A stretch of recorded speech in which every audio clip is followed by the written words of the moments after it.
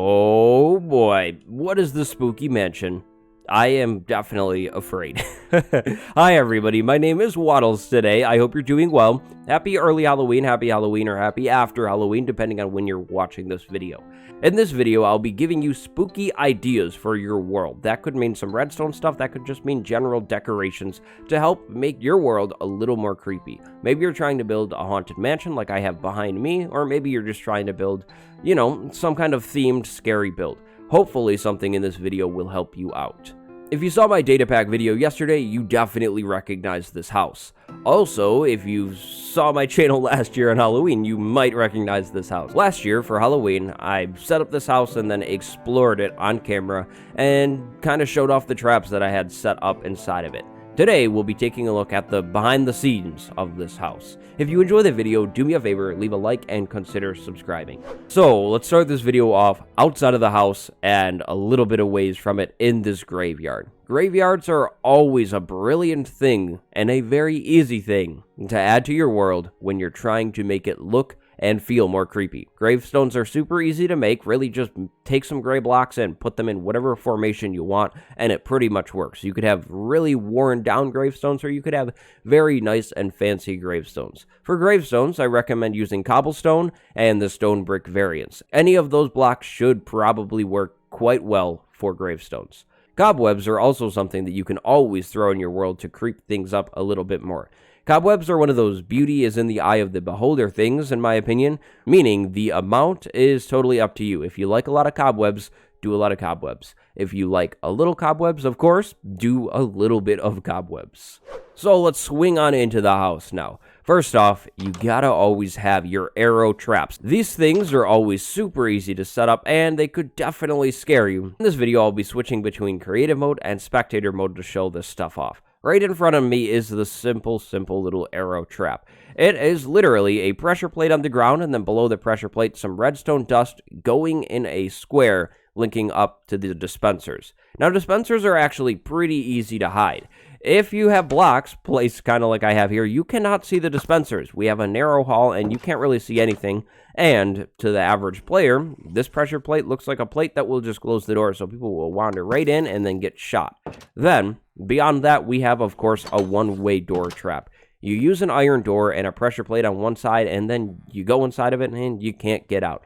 That's always something that's a little spooky and will definitely push people in a certain direction if you're trying to make a map and you want people to go down the hall and not turn back around.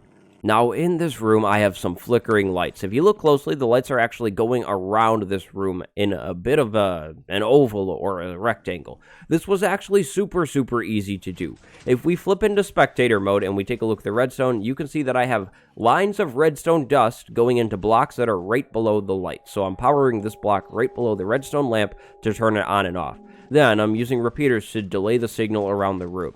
Now, this is all running on a very fast and very noisy, tiny hopper clock right here. Inside of this hopper clock, I have one item that is going back and forth really fast. So this is 25 total items, I believe, or maybe 24. And like I said, one's going back and forth really fast to turn this line on and off and send a current, of course, through these lights. Now, you're going to want to build your hopper clock pretty far away like I have done here because it's noisy. If people can hear the hopper clock, things are going to get a whole lot less spooky pretty fast. Right here is a painting with two buttons beside it. Now, normally, I would not suggest to press random buttons. However, if we do that, we see that we get shot with some arrows. This is super easy to set up. This is a painting and two dispensers behind it. Now, I don't believe the top dispenser even gets powered ever. It's just kind of there. But this is just to show that dispensers can be hidden super easily. Now, convincing your friend to press the button, that's going to be the hard part. Over here in this house, we have a little bit of a decoration set up that just makes things feel a little odd. I just have villagers and then some cows inside of a jail, and if I press this button, oh no, fireballs are shot out. Now, again, this is something that's very simple. Honestly, probably doesn't need to get shown off, but we have a button, and then behind the button, we have a redstone line that runs into a block that is right below this dispenser. Inside of the dispenser, we have fire charges that will shoot out when the dispenser is powered. Right in front of us, we have another very simple one-way door. There's a button, and then below the button, there's a tiny bit of redstone that goes down into a sticky piston. Now, don't place a button on the other side, and boom, you have a one-way door. This trap is more annoying. It's not really spooky or anything, and that is because it is so obvious. If a player hits this wire, water is dispensed out of that dispenser, and then it's kind of annoying to swim against the current. So, it's not really spooky, but it could slow a player down. Maybe if you have an arrow trap that's on some kind of timer, water would be the way to go, because then the player is distracted with the water and not really even necessarily realizing maybe there's some dispensers or something behind a painting, kind of obvious. Now right here is an armor stand. But I believe armor stands are a really cool thing that you can use to kind of scare people. If you have an armor stand right around a turn or where somebody wouldn't be looking, it might make somebody jump a little bit, because it does look like another player. Now, of course, you can dye this leather armor to make it more creepy. Maybe we want like a tuxedo-looking person or something, just to add a little bit of a spooky effect. Now, over here, we have just a little test chamber, some lights, you know, pretty standard, nothing too spooky about this room.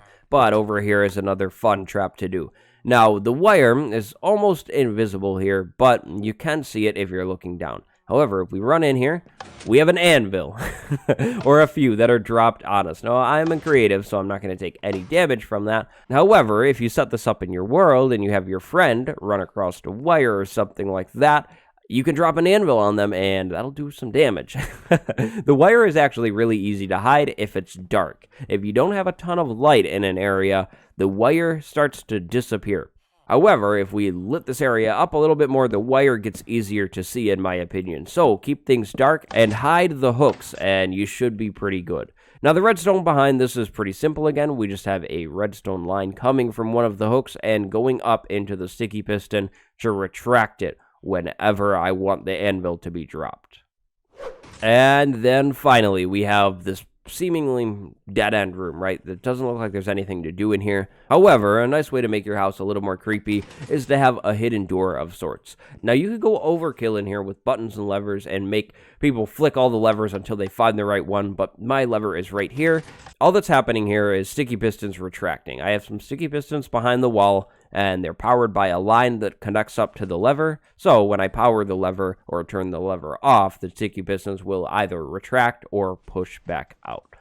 That's pretty much it, actually, for this spooky house here. So afterwards, I have a long, creepy escape tunnel here that will definitely creep somebody out and confuse someone because it feels really repetitive. If you build a really long hallway or a really long thing like I have here that is the same thing over and over again, players might get a little bit confused and a little bit creeped out.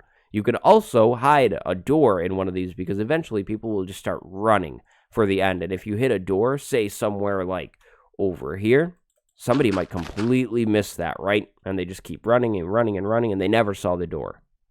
But those are just a few things you could add into your house or into your world to make things just a little bit more creepy.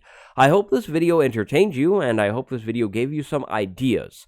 I thought about doing this in the format of like 5 simple spooky traps, but I decided to go with this one and kind of walk through the house.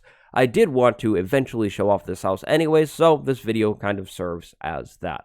Like I said, there is an old video on the channel of me going through the house, but I don't necessarily recommend watching it. It's pretty old now. Thank you very much for watching this video, and if you haven't seen yesterday's data pack video, you should check that out. There's even more spooky things that you can add into your world super easily with that pack. Thank you very much for watching. Leave a like if you liked it, subscribe if you haven't, and then go have a good day. My name is Waddles. I will see you next time. Happy Halloween, everybody.